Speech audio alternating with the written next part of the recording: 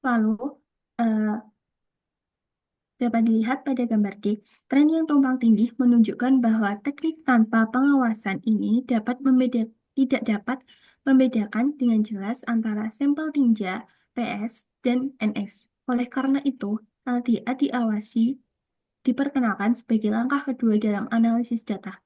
Mirip dengan PCA, seluruh kumpulan data dimasukkan ke dalam model LDA untuk mengekstraksi wawasan yang dapat ditindaklanjuti dan memvisualisasikan tren yang memungkinkan pengambilan keputusan yang lebih tepat.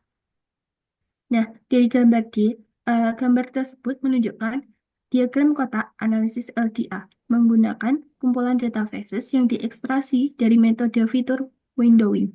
Diagram tersebut mengungkapkan pemisahan yang jelas antara kedua kelas yang dicirikan oleh jarak Cohen sebesar 3,08. Jarak ini menunjukkan adanya tingkat diskriminasi yang signifikan antara keduanya.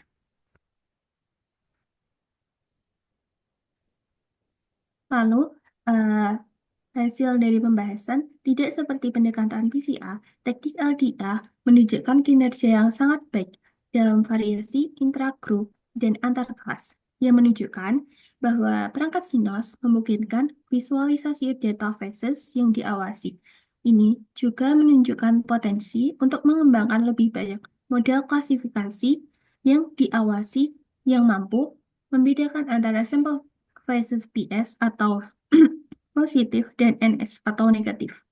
Oleh karena itu, digunakan pengklasifikasi LDA, SVM, RV, dan MLPNN. Untuk analisis lebih lanjut, sampel tinja dari NS negatif sepsis dan PS positif sepsis. Kemudian ada analisis kinerja model klasifikasi.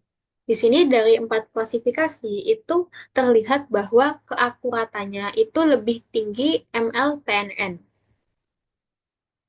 Begitu juga dengan faktor-faktor lainnya seperti sensitivitas, specificity, PPV, NPV itu menunjukkan persentasenya itu lebih tinggi dari MLPNN dari keempat klasifikasi.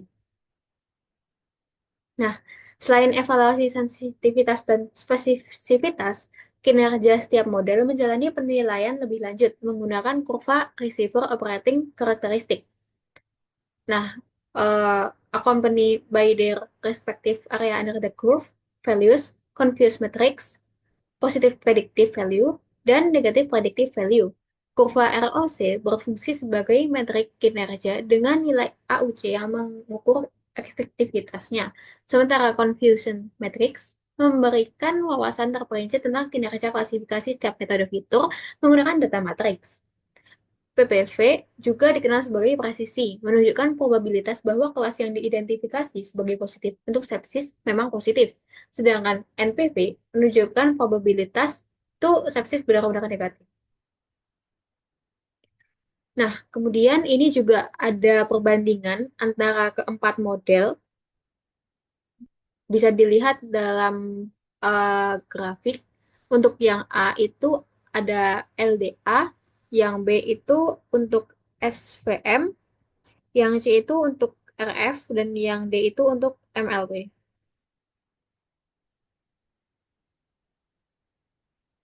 Lalu, kesimpulan dari penelitian ini adalah hidung elektronik atau SINOS berbasis pembelajaran mesin yang cepat, hemat biaya, dan non-invasif dikembangkan untuk mendeteksi sepsis neonatal dengan menganalisis profil VOC dalam sampel tinja.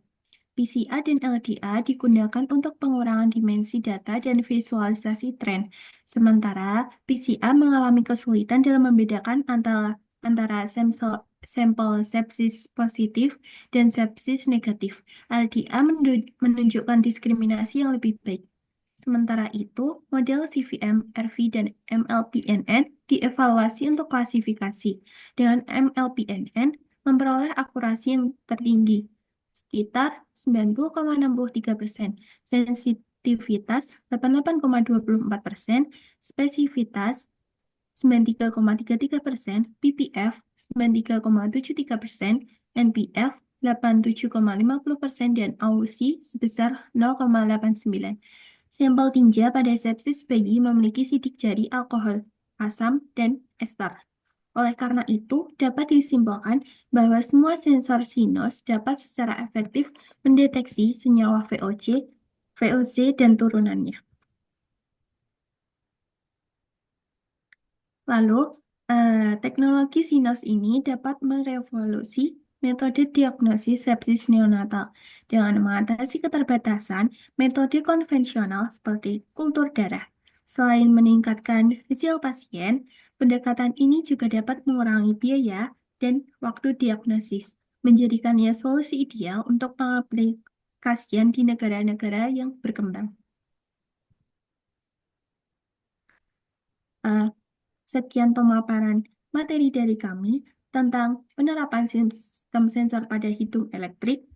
Semoga apa yang telah kita sampaikan dapat bermanfaat ke depannya. Wassalamualaikum warahmatullahi wabarakatuh.